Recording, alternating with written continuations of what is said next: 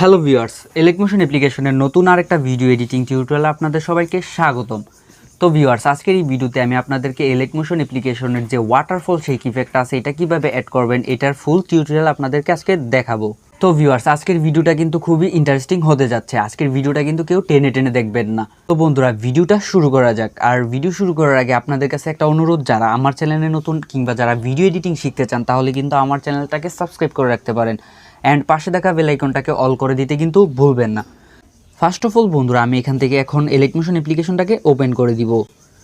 তো ইলেকট্রোমোশন অ্যাপ্লিকেশনটাকে ওপেন করার পর এখান থেকে নিচে যে প্লাস আইকনটা দেখতে পাচ্ছেন, সিম্পলি এটাতে ক্লিক করে এখান থেকে আমার ভিডিও রেশিওটা সিলেক্ট করে দিব অ্যান্ড এখান থেকে ক্রিয়েট প্রজেক্টে ক্লিক করে দিব।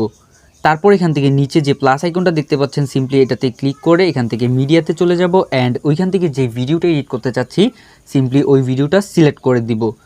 তো ভিউয়ার্স, আপনাদের ভিডিওতে যেখানে যেখানে আপনাদের বিটগুলো আসে আপনারা কিন্তু ওইখানে ভিডিওটাকে স্লিপ করে কেটে নেবেন। তো আজকে যেহেতু আমি আপনাদেরকে জাস্ট এডিটিং টিউটোরিয়ালটা দেখাবো, তো আমি আমার ইচ্ছে মতো ভিডিওটাকে 3-4টা পার্টে কেটে নিব।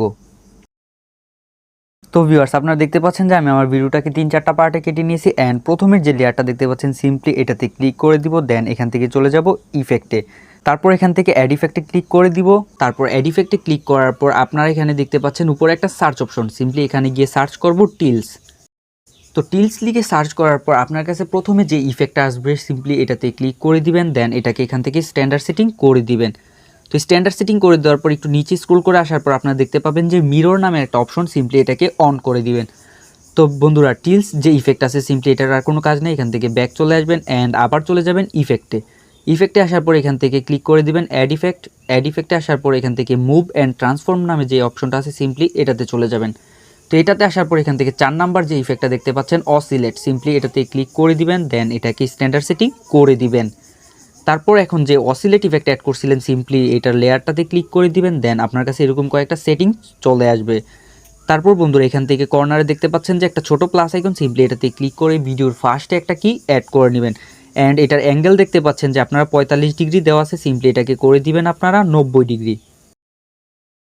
তো ভিউয়ার্স, এটার অ্যাঙ্গেলটাকে 90 ডিগ্রি করার পর চলে যাবেন ভিডিওর লেয়ারটার মাঝখানে, তারপর এখানে আরেকটা কি অ্যাড করে দিবেন অ্যান্ড এটার অ্যাঙ্গেলটাকে 90 ডিগ্রি রেখে দিবেন অ্যান্ড চলে যাবেন ভিডিওর লেয়ারের শেষে যাওয়ার পর এখানে আরেকটা প্লাস আইকন অ্যাড করে দিবেন অ্যান্ড এটার অ্যাঙ্গেলটাকে করে দিবেন আপনি 2 ডিগ্রি। তো বন্ধুরা, 2 ডিগ্রি করে দেওয়ার পর ভিডিওর প্রথমে চলে আসবেন অ্যান্ড এটার ফ্রিকোয়েন্সিটাকে আপনি করে দিবেন 1.38। তো এটার ফ্রিকোয়েন্সিটাকে 1.38 করে দেওয়ার পর একটু স্ক্রল করে নিচে আসার পর আপনারা দেখতে পাবেন যে ম্যাগনিটিউড নামের একটা অপশন, সিম্পলি ভিডিওর ফার্স্টে আপনি আরেকটা কি অ্যাড করে দিবেন অ্যান্ড এটার ম্যাগনিটিউডটাকে করে দিবেন আপনি 150। তো 150 করে দেওয়ার পর ভিডিওর মাঝখানে চলে যাবেন অ্যান্ড এখানে আরেকটা কি অ্যাড করে দিবেন অ্যান্ড এটার ম্যাগনিটিউডটাকে আপনি করে দিবেন 70।